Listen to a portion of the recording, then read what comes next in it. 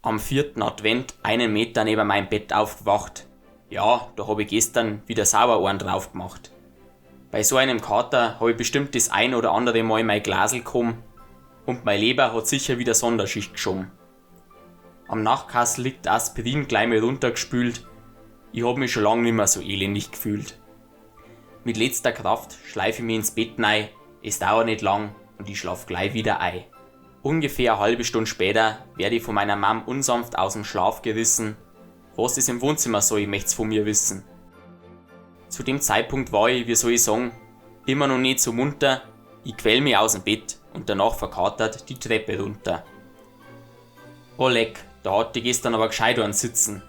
Bei uns hängt kein Stern mehr, sondern eine Augustflaschen an der Christbaumspitzen. Wie ist das bitte gelaufen? So eine Aktion kann man im nüchternen Zustand schon kaum schaffen.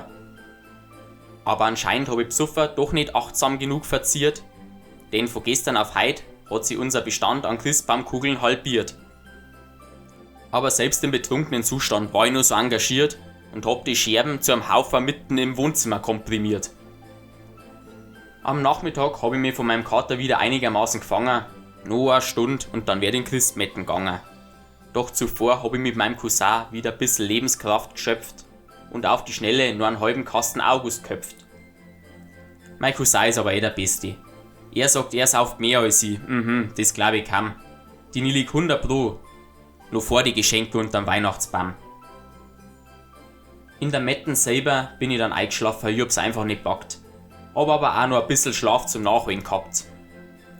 Wieder daheim hol ich noch schnell meine Geschenke aus dem Zimmer. Zwei sind noch nicht eingepackt, aber wurscht, die schaffe ich jetzt auch nimmer.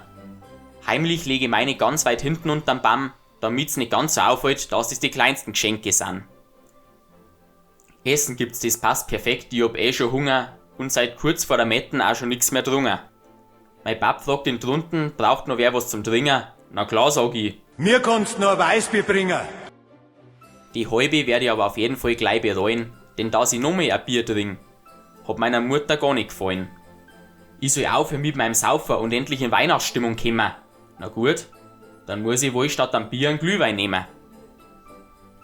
Fertig mit dem Essen, lang kann ich nicht mehr warten, schön langsam werde ich in Richtung von die Geschenke starten. Ich krieg 2 Flaschen Wodka und ein Tragel August. Genau das, was ich wollte, woher hat's Christkindl das bloß gewusst? Meine Geschenke sind auspackt, jetzt habe ich von dem Weihnachtsschmarrn aber auch genug. Ich leg mich auf die Couch und möchte einfach nur meine Ruhe.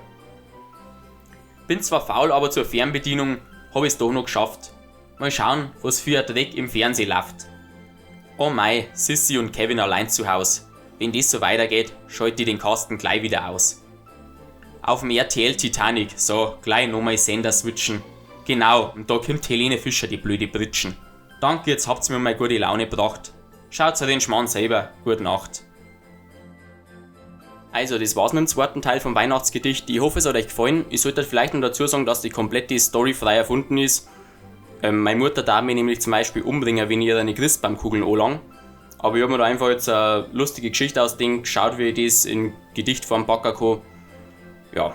Und wenn ihr euch fragt, warum das Video ein bisschen später kommt, ich wollte es eigentlich direkt am 4. Advent hochladen.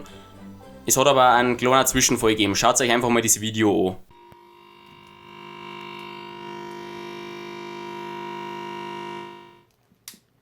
Und wenn dann mal der PC abstürzt, dann natürlich zum perfekten Zeitpunkt, wo ich gerade aufgenommen und geschnien habe. Da kommt auf einmal ein grüner Bildschirm, der Sound, ich hab gar nicht gewusst, dass dieser Mistkasten sich eine Geräusche machen kann. Ich hab mich so aufregen müssen. Am liebsten hätte ich ihn gleich zum Fenster raus. Das könnt's mir glauben. Aber ist ja wurscht, jetzt kommt es halt ein bisschen später, das ändert ja nichts. Ich hoffe, es hat euch trotzdem gefallen. Man sagt sie, haut rein. Servus.